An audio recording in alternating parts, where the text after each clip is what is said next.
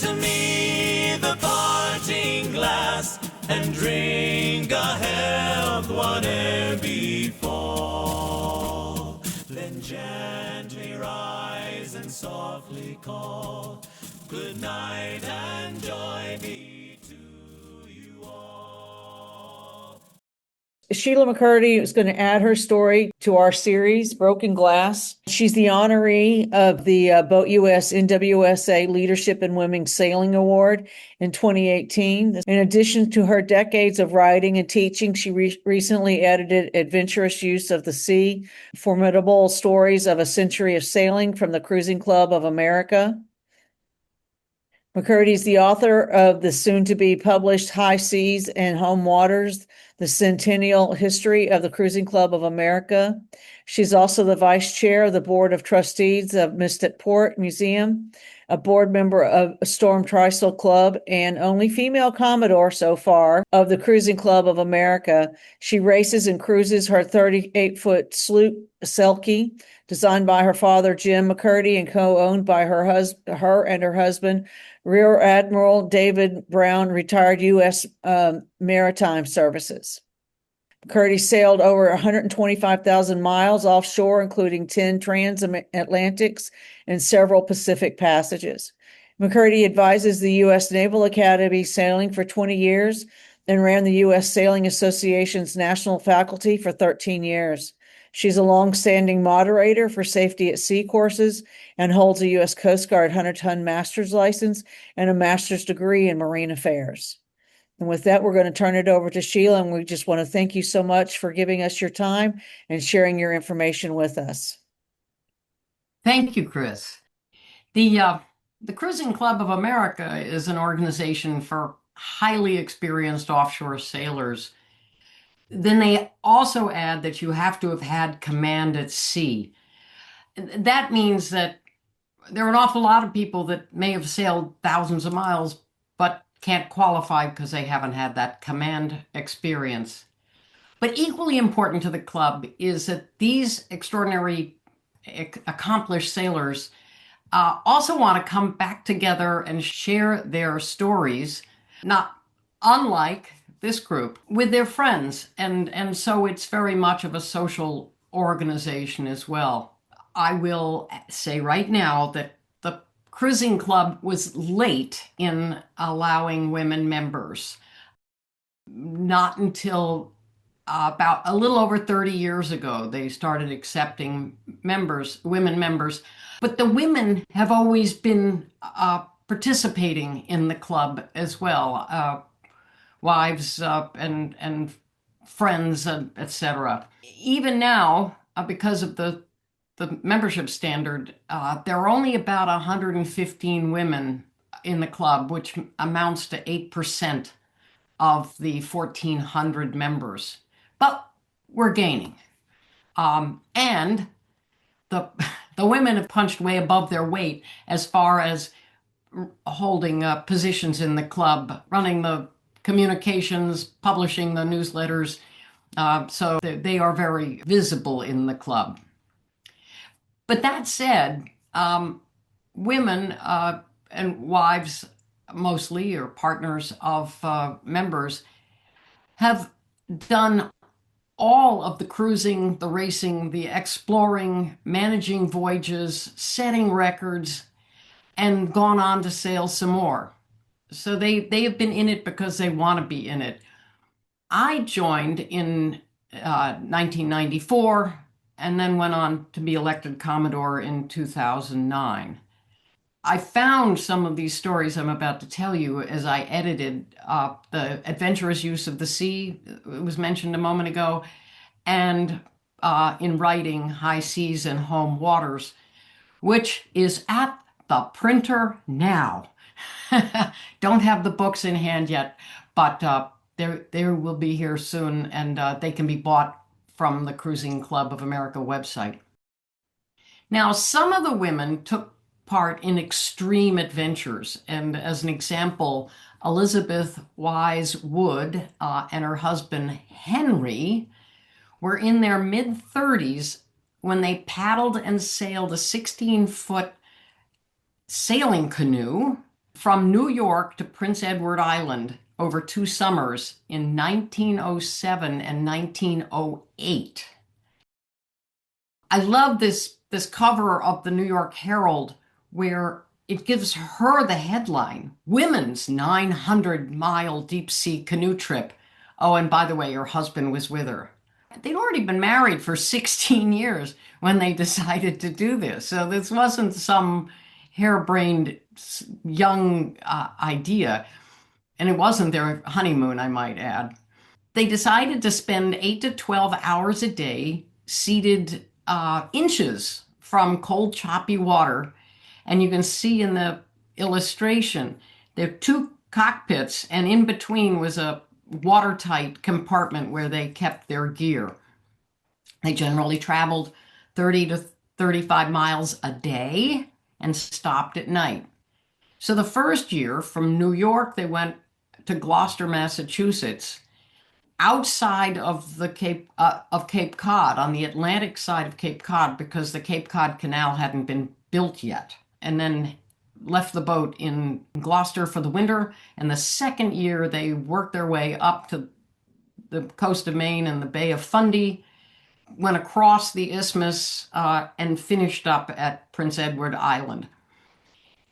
This is an improbable voyage, even 120 years later, with all the advances and weather forecasting and navigation we have at our disposal today. I will mention that canoe is preserved at Mystic Seaport Museum. So not all of the significant women took to the sea. This woman is Caroline Nutting. When she was playing host to a famous solo French sailor in 1921, she was the wife of the club's founder. And he was a serial adventurer, William Washburn Nutting, who famously sailed a 45-footer named Typhoon, transatlantic twice in 1920. So he said the reason he did it was for the fun of the thing. He cheated death on several occasions, but in the fall of 2024, his luck ran out. Bill Nutting and his crew of 3 vanished between Greenland and Newfoundland. And this was huge news.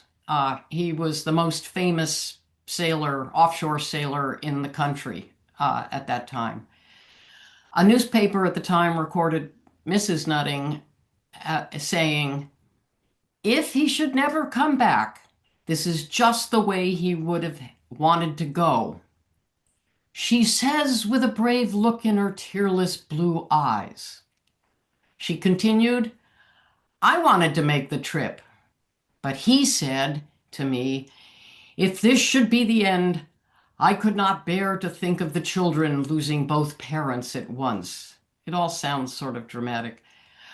Her life obviously changed. She was left a widow, left to raise a 12-year-old son and a 4-year-old daughter.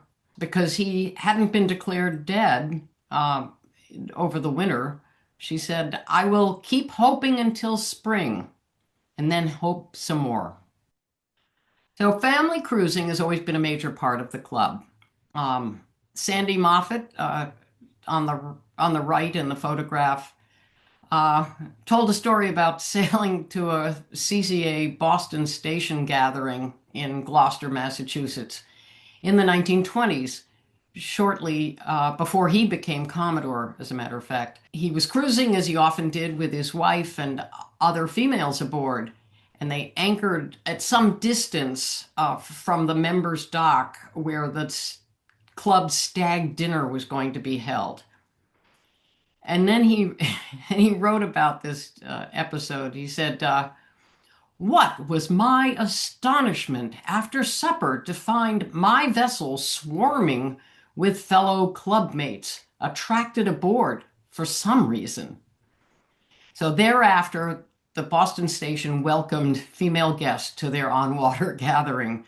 So the club may have only had men members, but they liked the company of the women there. Sally looking very cute in this photograph. The year they were married, as a matter of fact, was as much of a sailor as he was. So she pushed their sailing farther and farther. Her other occupation was that she was the daughter of a famous artist and a portrait artist of some renown herself. So Carol Sheldon and her husband Paul explored Labrador and Newfoundland for 16 summers aboard their 37-foot yawl Seacrest, and that was all through the 1940s and 50s, and then ended up compiling a cruising guide called The Lure of the Labrador, with a cover photograph that included Seacrest, high and dry, you might say. I have never seen a cruising guide that was supposed to encourage people to come sailing by showing a boat well out of the water. Paul received the Blue Water Medal from the Cruising Club of America. It's an awarded most every year for extraordinary offshore sailing, and he received a medal in 1961. I would add that, typical of the era, it was presented to Paul alone, although Carol was on board for all of it, including the icebergs and the groundings.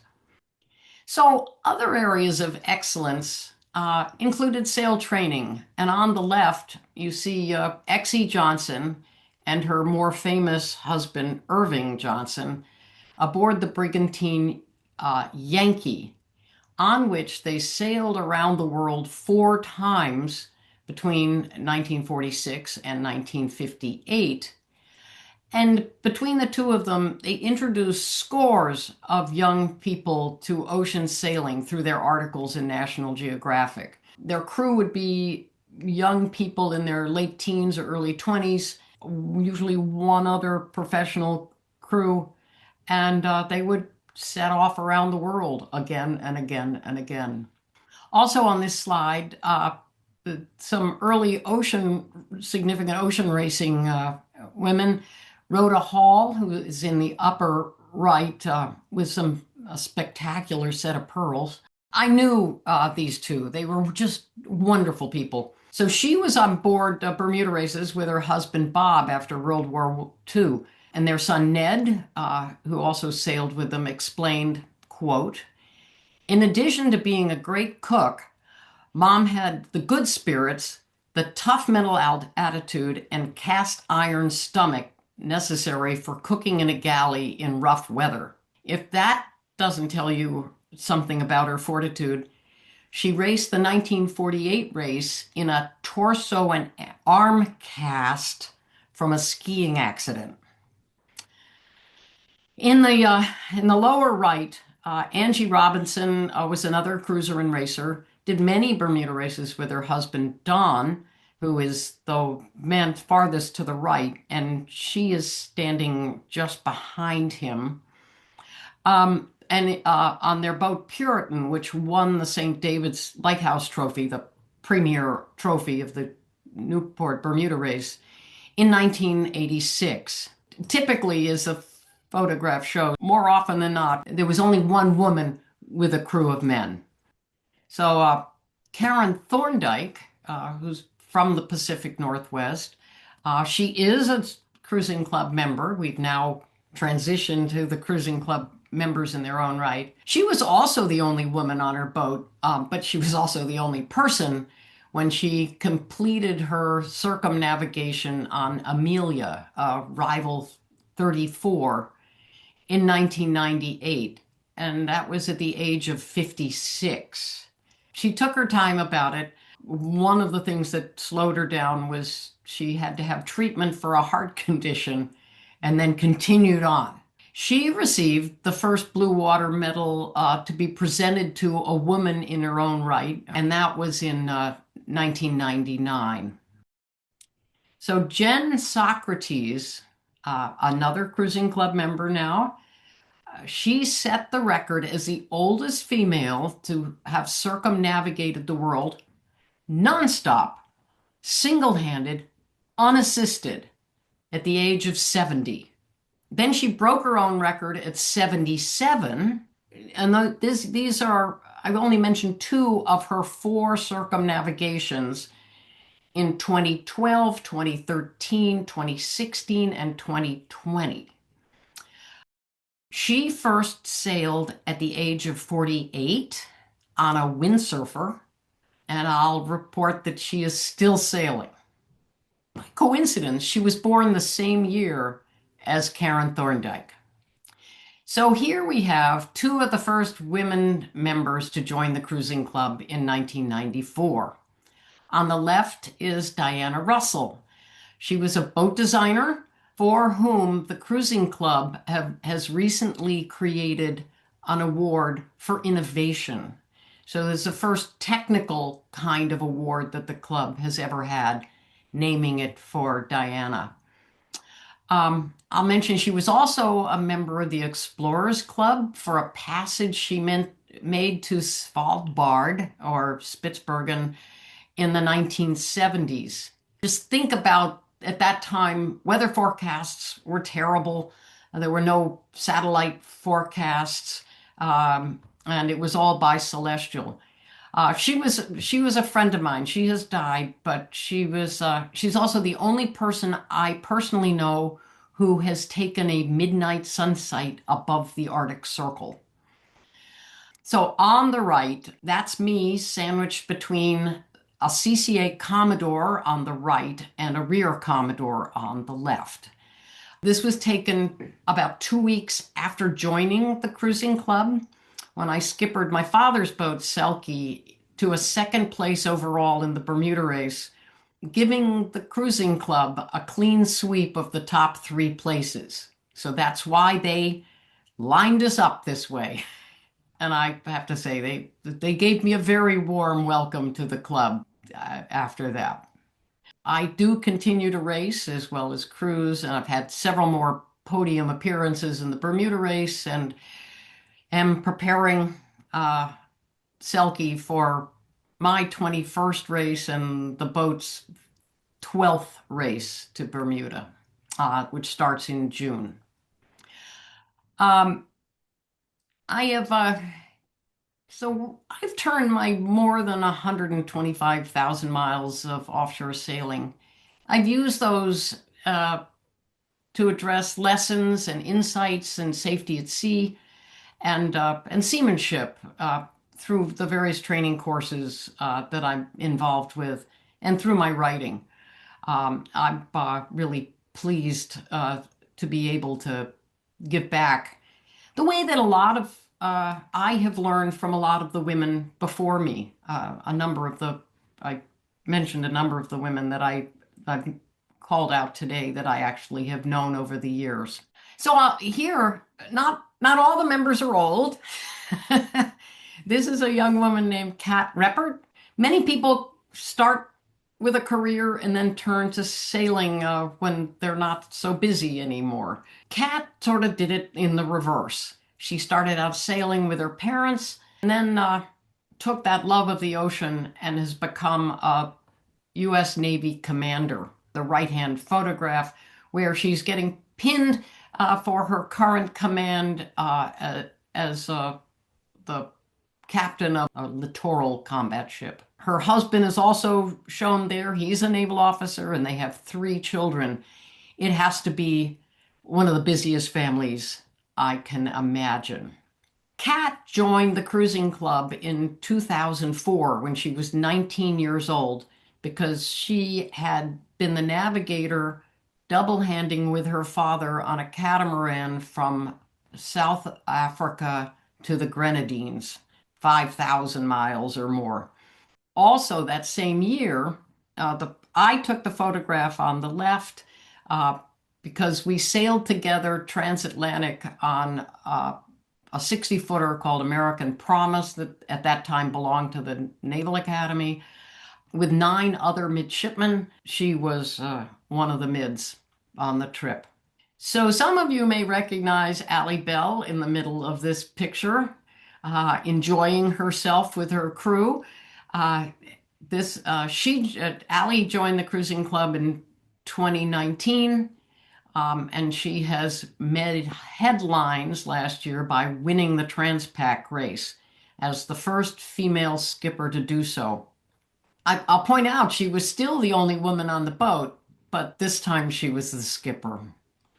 So, I a number of these stories and many others you'll find in these two books. The Adventurous Use of the Sea is actually available on Amazon, uh, and that is 18 chapters. Each chapter is a standalone, like a feature article about some extraordinary CCA member uh, and their and their boats, setting goals that they accomplished. It has a chapter on Jen Socrates and many others. High Seas and Home Waters, as I mentioned earlier, is still at the printer. We are expecting it any time now, and that will be available through the Cruising Club website, and eventually we'll have it for sale on Amazon as well. I know we got to see Selkie a couple of years ago. You came and helped us with our conference in Newport. And so you said it's her 12th Bermuda race? Yeah, and the boat was built in 86, so she turned 40 this year. There have been 12 races that I've skippered the boat. There were times that my father was skippering the boat. I know she's got a good history and she's a beautiful boat, that's for sure. Thank you. So I do have a quick question. So you caught Kat as a young woman, starting out her sailing career. How would you encourage someone else that's in that position? Obviously, she's at the Naval Academy, so she's on a path. But these 20-something-year-old young women who have the dream of going out on the ocean, what's the best next step for them? Um, well, I mean, I think it depends on where you are, as to whether is access to boats. I'm always of two minds as to giving advice because you want to pick a good boat to go offshore on. So it's, people say, well, just walk down the dock and offer yourself up.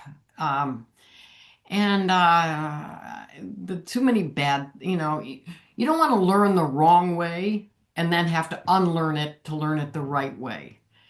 Going through a program, if you want to go sort of really high end, there's something like Oak Cliff sailing. But yeah, check out your area. Does National Women's Sailing Association have a resources page of where to learn, where to get information? We have organization, it's more organizational, not necessarily where to learn. Our members have put together an instructor community. And so we're trying to connect women sailing instructors with each other to grow that community and make it a more safe space. So that could be a way. I just saw someone posted that she took a safety at sea course with you and it was inspiring and informative. So that safety at sea is definitely a good thing. So yeah, I would say a certified course or a certified instructor is always a little extra assurance.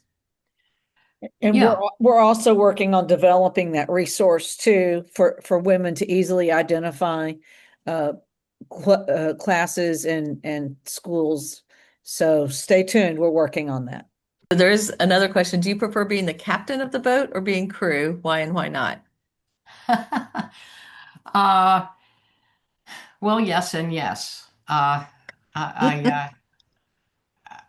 happy to be skipper of my own boat.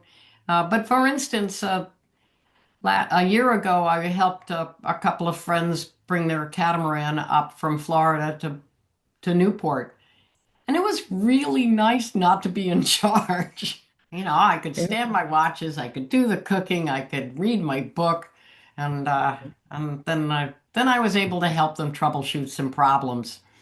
Certainly, I have a tendency to want to be in charge. So, There is Cruising Club of America actively working to increase the percentage of women members. yes, yes. The good news is, just a few extra women each year, and that number is increasing each year.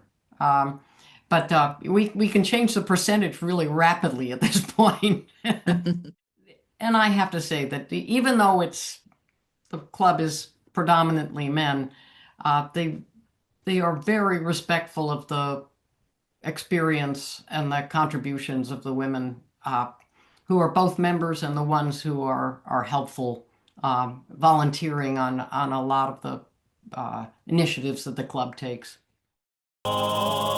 Good night and joy be